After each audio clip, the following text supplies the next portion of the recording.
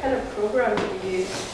Oh, it's called Gephi. It's G-E-P-H-I, and it's really easy. I didn't start using Gephi. I actually followed the course by Lada Adamic online because we didn't have any money to do anything else. And I did what serious social network analysts do, and I used this kind of programming thing. And it was really difficult getting into that. I used a program called R to make really ugly networks that have really good statistics about them. So I haven't really showed you any of the statistics because it's quite even more overwhelming and quite boring to just look at a lot of numbers. And this looks a lot prettier.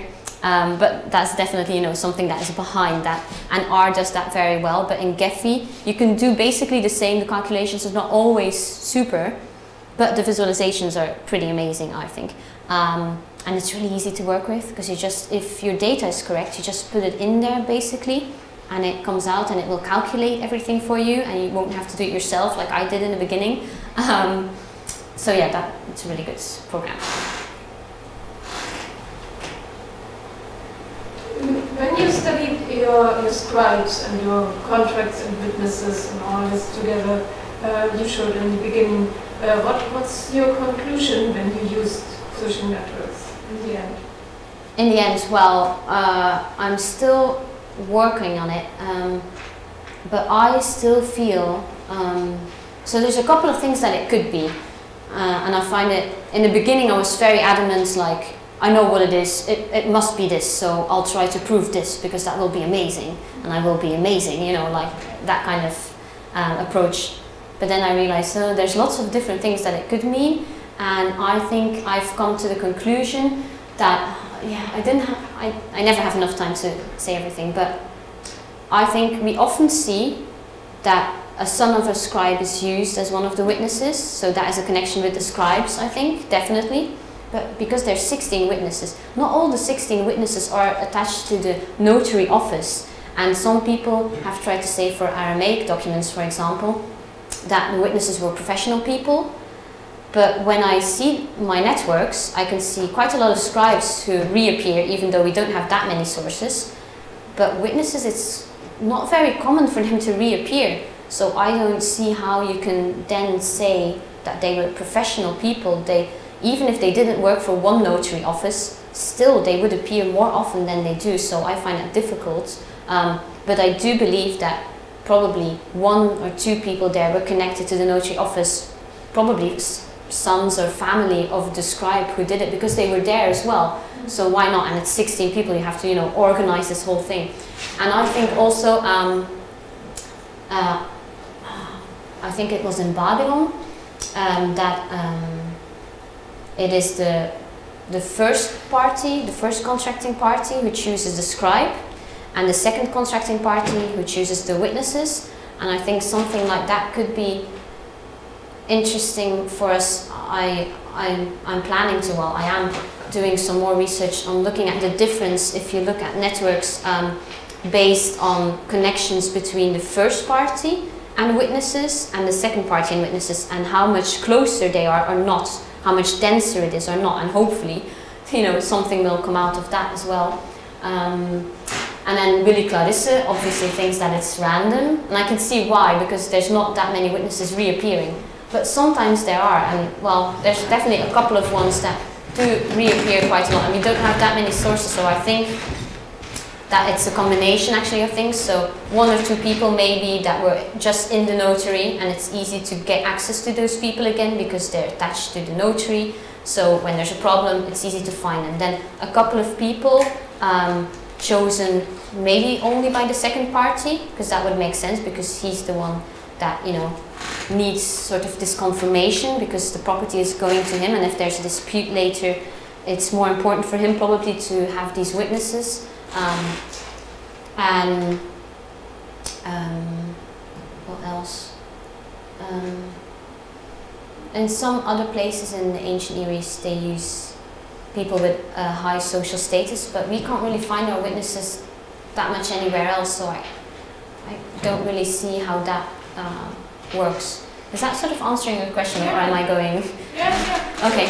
Yeah, but it's very much a work in progress, but it's really interesting, and it's difficult to not get excited about what I think is right and just try and prove that with my networks and just make it look amazing and just tell people who don't really know what's behind it, look, that's proof, you know, it looks great, and I'm telling you that that's how it is. And I think in the beginning sometimes I didn't meant to do that, but I think I did, and I didn't get any questions really, and they were just like, wow, yeah. And then I noticed that I made mistakes, so I think it's important for me as well to keep thinking, if it's not that, what could it otherwise mean? And I try to keep thinking all these different scenarios, because I might be wrong. And I think, yeah, it's more of a kind of mix with these 16 witnesses. But I think the key thing for me is that the contracting parties have to be able to find those witnesses again, or be able to rely on them if something goes wrong. So yeah, I think that is definitely against the random thing of Willy Clarice. I can't, no, don't agree with that. This is going online, isn't it? Me saying no to. I respect him very much.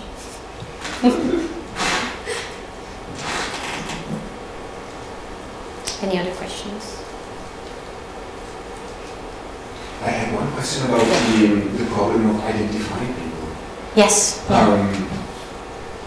All your analysis is based on data where you have already disambiguated all the people, or you do it using the network structure, or in some cases it's very problematic. So what you don't see from the network, of course, it's how problematic it is to identify a neighbor or the same witness or a scribe. And I found there was a label about the neighbors, about the expression used in the text to identify the neighbor, I think. The one living at the left and the right. Yeah. I guess must be not that easy to. No, so definitely. Accurately disambiguate. It's so in the Trismegistus database, only really a couple of things people have been identified. For example, the Xenon archive, which I was supposed to work on, but then I thought too much has been done about this already, so I chose this. But yes, I had to identify lots of people, but that comes with so many problems because everybody has their opinion on it, and as long as people are not identified, I can't make networks, because if there's going to be 3 Silkes in my network, then what am I saying about the connections that those 3 different parts of me have? I mean, that's not, you know, that's not going to say anything, and there's probably quite a lot of mistakes still in there. There always will be, but that's good because there will be future scholars, and otherwise they wouldn't have a job. So I think it's fine for me to make mistakes. It's actually really important for the rest of, for academics, it's important for me to make mistakes. No, no, I have used actually network analysis to identify people and do it quicker, because if you've got thousands of people and they haven't been identified yet, and you can only do your research once people have been identified, it's quite annoying. So yes, I've used lots of different techniques. It's quite difficult to explain that without showing it. By basically putting all your data in there in a visualization thing, and for example, names that are not common. I don't know, like my last name. We're not using their last names there, but yeah, imagine my last name, and if I lived in Germany, then there wouldn't be that many people with that last name. So maybe there would be 2 or 3 or 4 nodes lighting up, and then I can check actually what their father's name is, for example, and if that matches, then I can quite easily say, okay, this could be the same, and you don't need networks for that, but you do need networks. For example, if you've only got that one name, that is not very common, and they're in a network, and they are maybe 3 hops away, so you would never see that if you look at the one document, because none of the people really mentioned in the document with that same Silke, for example, will appear in the other documents with the same Silke, but because one person, this is maybe a bit difficult, so I'll try to explain better. If you've got 3 documents, document number 1, where my name comes in, then document number 2, no names, well, not my name definitely, and document number 3, my name again, but we don't know whether these Silkes are the same Silke. But my nodes, so I've got 2 nodes, and if there's a person in that first document that is also in a second document, and one person here, a different one, that is also in that second document, then there's actually a sort of line running through and it will be visualized in a network. That's obviously not very strong, but if there's more than that and it's in the same place, the same kind of whatever other aspects, then it gets easier to try and say this could be the same person. I'm not saying it's the same person, but sometimes I have to make identifications because it's necessary, otherwise I can't go on, and sometimes I don't, depending on, you know, the situation. So I've used network analysis for that, well, network analysis, visualization for that actually as well, to try and identify people quicker. It's maybe not as accurate as doing an entire study about each and every single person, but sometimes you just don't have the time, and if I do that, then I'll need an army of minions, you know, working for me, and I still won't be able to do what I'm doing now. So, yeah, there will be mistakes in there, but... Did you happen to change your mind about choices you had made about disambiguating a certain person after you've been doing more network visualization? Yes, yes. I definitely have. Not that many times because I'm quite careful, and also I never change anything like that in the database itself, because then that has effects for other researchers and I don't want to do that. So I export my information and I adapt it, and then when I later find out, like, no, I shouldn't have done that identification because now I know more and I see that this is not very likely anymore, you know, then I can still change it, and once I'm pretty sure about something, I may identify them in the general database as well, because I just think that it's helpful for people not to have all these different, yeah. I think in any way it's a very interesting process to document, because you can document how the network is for you a sort of a tool to get a better understanding of your corpus of text. Yeah. Which leads me to the question, how many contracts are you looking at? I don't know anymore now. It's been such a long time that I had to export it. I should know that. No. Are there any other questions that you want to ask? Yes. Well, I don't know anything about contracts or theme, but do the scribes do contracts for themselves? And if so, do they mention their own neighbours? No, we don't have. I can't say that they didn't. I can just say that we don't have any attestations of that. I have a couple of cases where a scribe is mentioned, I think as a witness. It hasn't been officially identified in the Trismegistus database or by anybody else, but sometimes that I think this is definitely probably that scribe that I have seen in that other documents. Maybe he's only been a scribe for one, well, attested as a scribe for one document, but that has happened before. No, we don't have any of those examples. I have, in the summer, I have such a fascinating life. In the summer, I spent quite a lot of time drawing all of these actual maps of the properties and then the neighbours around them and spreading them all over the floor of my flat. Yeah. This is really depressing now that I think about it. That was my summer. And I did find that sometimes I thought, that could definitely be this son of that scribe, because the names often come back as well. If I'm Silke, daughter of Johan, then, well, I'm not a man, patriarchy. So if you're Panas, son of Totortaios, then it will often happen that your grandfather is called Panas as well. So sometimes I thought, this is probably a scribe as well, but it's always quite difficult to identify, so then I have to go back to those other kind of identifying methods, so it's a very complicated thing. But I think there's a lot more connections there than what we can see. And I sometimes, for my own enjoyment, just identify all the nodes that I would like to see identified, even if I think, well, we really don't have any proof they're in the same city, sort of around the same time, they've got the same name and father's name. I'll just identify them and see whether it looks very different from the networks that I'm working with, the academically correct networks.